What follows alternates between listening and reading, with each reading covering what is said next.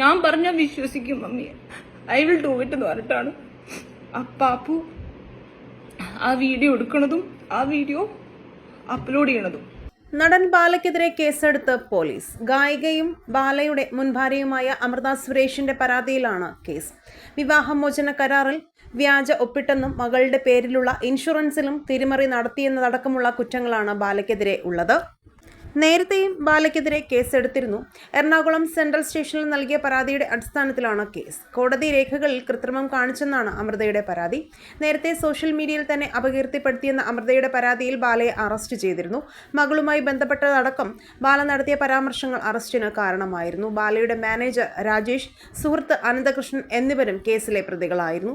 വിവാഹമോചന കരാറിലെ കോംപ്രമൈസ് എഗ്രിമെന്റിൽ കൃത്രിമം കാണിച്ചെന്നും അമൃതയുടെ ഒപ്പ് വ്യാജമായി ഇട്ടെന്നും പരാതിയുണ്ട്. കരാറിന്റെ 5-ാം പേജ് വ്യാജമാക്കി ഉണ്ടാക്കി. മകളുടെ പേരിലുള്ള ഇൻഷുറൻസിലും തിരിമറി കാണിച്ചു. പ്രീമിയം തുക അടയ്ക്കാതെ വഞ്ചിച്ചു. ഇൻഷുറൻസ് തുക പിൻവലിച്ചു. ബാങ്കിൽ മകൾക്കായി നിക്ഷേപിച്ചിരുന്ന 15 ലക്ഷം പിൻവലിച്ചു. വ്യാജരേഖയുണ്ടാക്കി ബാല കോടതിയെ തെറ്റിദ്ധരിപ്പിച്ചു തുടങ്ങിയ പരാതികളാണ് അമൃത ബാലയ്ക്കെതിരെ നൽകിയത്.